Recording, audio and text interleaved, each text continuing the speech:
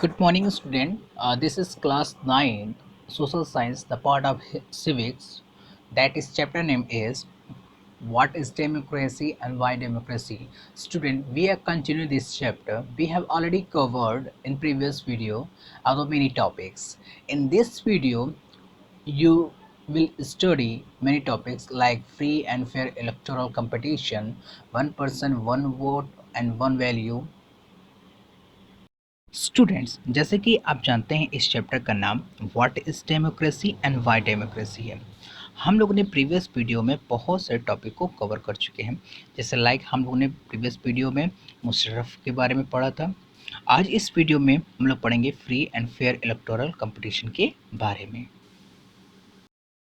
Now free and fair electoral competition in China election are regularly held after every 5 years for electing the country parliament called National People Congress.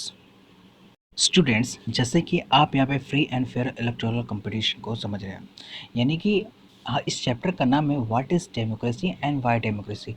Democracy क्या होता है और हमें आवश्यकता क्यों, why we need democratic country, हमें एक democratic country की आवश्यकता क्यों होती है। जैसे कि आप यहाँ पर चाइना को समझ रहे हैं, मैंने आपको बताया in China elections are regularly held after 5 years। China में हर साल 5 साल के बाद क्या होता है, चुनाव होते हैं। और यहाँ पे जो पार्लियामेंट है उस पार्लियामेंट का नाम है national people Congress. And second point is before contesting election a candidate needs the approval of the Chinese Communist Party. The government is always formed by the Communist Party. जैसा कि आप यहाँ पर free and fair electoral competition को समझ रहे हैं, अगर हम चाइना की बात करें तो चाइना में आप देखते हैं कि वहाँ के जो असेंबली, उस असेंबली का नाम है नेशनल पीपल कांग्रेस। चाइना में हर 5 साल के बाद इलेक्शन होता है, लेकिन इस इलेक्शन में पार्टिसिपेट करने के लिए आपको कम्युनिस्ट पार्टी से अप्रूवल लेनी पड़ती है। फॉर एग्ज़ाम्पल अगर हम इंडिया को देखें तो आप इंडिया में देखते हैं कि बहुत सारी पार्टीज़ हैं। यहाँ पे आपको बहुत सारी पार्टीज़ के दिखाई देंगी। फॉर एग्ज़ाम्पल रीजनल पार्टी यानी क्षेत्रीय पार्टी हैं और बड़े पार्टियां हैं। लेकिन चाइना के अंदर पार्टी तो बहुत सारी हैं, लेकिन वहाँ की जो मेन पार्टी है वो कम्युनिस्ट पार्टी है। अगर आपको चाइना में इलेक्शन में पार्टिसिपेट करना है तो आपको कम्युनिस्ट पार्टी से अप्रूवल लेनी पड़ेगी, तब आप जाकर के चुनाव लड़ सकते हैं। तो इस हिसाब से अगर देखा जाए तो चाइना कंट्री, बट देखा जाए तो वास्तव में वो डेमोक्रेटिक कंट्री नहीं हो सकता। डेमोक्रेटिक कंट्री का मतलब यह होता है कि सभी को स्वतंत्रता होती है, लेकिन चाइना के अंदर ऐसे देखने को नहीं मिल रही है, क्योंकि वहाँ पर एक मेन पार्टी है जो मेजर पार्टी है, उसका नाम है कम्युनिस्ट पार्टी। कम्युनिस्ट पार्टी ही वहाँ की सत्ता को चलाती है। अगर वहाँ के छोटे दल भी हैं, अगर छोटे दल चुनाव लड़ना भी चाहते हैं तो उन्हें कम्युनिस्ट पार्टी से अप्रूवल लेनी पड़ेगी, तब वो चुनाव में पार्टिसिपेट कर सकते हैं। अगर वो पार्टिसिपेट करते हैं तो अप्रूवल किससे ले रहे हैं, वो कम्युनिस्ट पार्टी से हैं। अगर वो कम्युनिस्ट पार्टी से अप्रूवल ले रहे हैं तो कम्युनिस्ट पार्टी, स्वाभाविक सी बात है, वो अपनी पार्टी को जिताना चाहेंगी।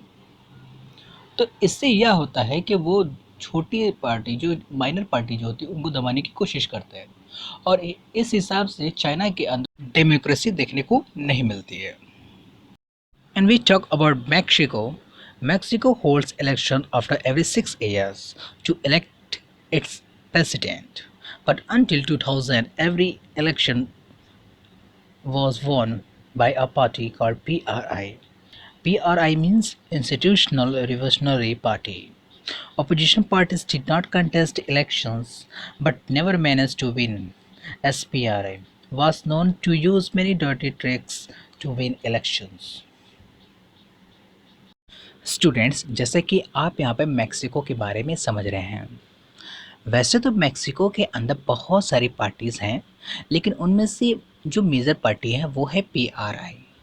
पीआरआई को वहाँ पर इंस्टीट्यूशनल रिवोल्यूशनरी पार्टी के नाम से जाना जाता है। ये पार्टी का मुख्य कर्तव्य यह होता है कि यहाँ पर लोकल पार्टीज़ तो लड़ती हैं, लेकिन सबसे ज़्यादा जो जीत दर्ज करती है वो है पीआरआई। ऐसा क्यों, आखिर क्या कारण है? कारण यह है कि जो पीआरआई है वो बहुत डर्टी पॉलिटिक्स खेलती है। जैसे कि वो मीडिया को खरीद लेते हैं और स्कूल्स के अंदर पीआरआई के बारे में प्रचार किया जाता है, जिससे बच्चे और गार्जियन काफ़ी उससे इफ़ेक्ट होते थे। और लोकल पार्टीज नहीं कर पाती थी क्योंकि वो सुप्रीम पावर में नहीं होते थे, और इसी का फ़ायदा पीआरआई उठाता था और वहाँ पे इलेक्शन को वो जीतते थे। Both the cases should not be called a democracy. A democracy must be based on a free and fair election where those currently in power have a fair chance of losing. Students, जैसे कि आपने China और Mexico के बारे में पढ़ा कि Mexico के अंदर जो पीआरआई पार्टी है वो क्या करती है, वहाँ की लोगों को, यानी कि जो गवर्नमेंट ऑफिसेस होते हैं, स्कूल्स होते हैं और वहाँ के जो गवर्नमेंट एम्प्लॉयज़ होते हैं वो उनके अधीन काम करते हैं। और वो जो अधीन में जो लोग काम करते हैं वो पीआरआई पार्टी के सपोर्टर्स भी होते हैं और वो उनका प्रचार करते हैं, जिसकी वजह से जिनके इनके अगेंस्ट जो पार्टीज़ होती है वो कभी जीत नहीं पाती थी। और अगर हम चाइना की बात करें तो आप चाइना में देखेंगे कि चाइना के अंदर जो लोकल पार्टीज़ होती हैं, जो रीजनल पार्टीज़ होती हैं, उन्हें कम्युनिस्ट पार्टी से अप्रूवल लेना पड़ता था, तब वो जा कर के वो चुनाव में पार्टिसिपेट कर सकते थे। लेकिन यहाँ ध्यान रखने वाली बात यह है कि अगर हम चाइना में देखें तो चाइना के अंदर एक मेजर पार्टी है जिसका नाम है कम्युनिस्ट पार्टी। कम्युनिस्ट पार्टी से लोकल जो रीजनल पार्टीज़ होती थी उनको अप्रूवल लेना पड़ता था। इससे यह पता चलता है कि चाइना के अंदर, अब मेक्सिको के अंदर जो हम लोग ने डेमोक्रेटिक के बारे में या डेमोक्रेसी के बारे में पढ़ रहे थे, तो इससे हमें यह पता चलता है कि वहाँ पर वो डेमोक्रेटिक या डेमोक्रेसी देखने को हमें नहीं मिलती है, जो कि अपने भारत में जो देखने को मिलते हैं वो चाइना और मेक्सिको में देखने को नहीं मिला। One person, one vote, and one value. There are many instances of denial of equal right to vote. Students, वैसे तो यहाँ पर बहुत सारे एग्जाम्पल हैं आपको समझाने के लिए, लेकिन मैं आपको यहाँ पे सिर्फ एक ही एग्जाम्पल से समझाऊंगा।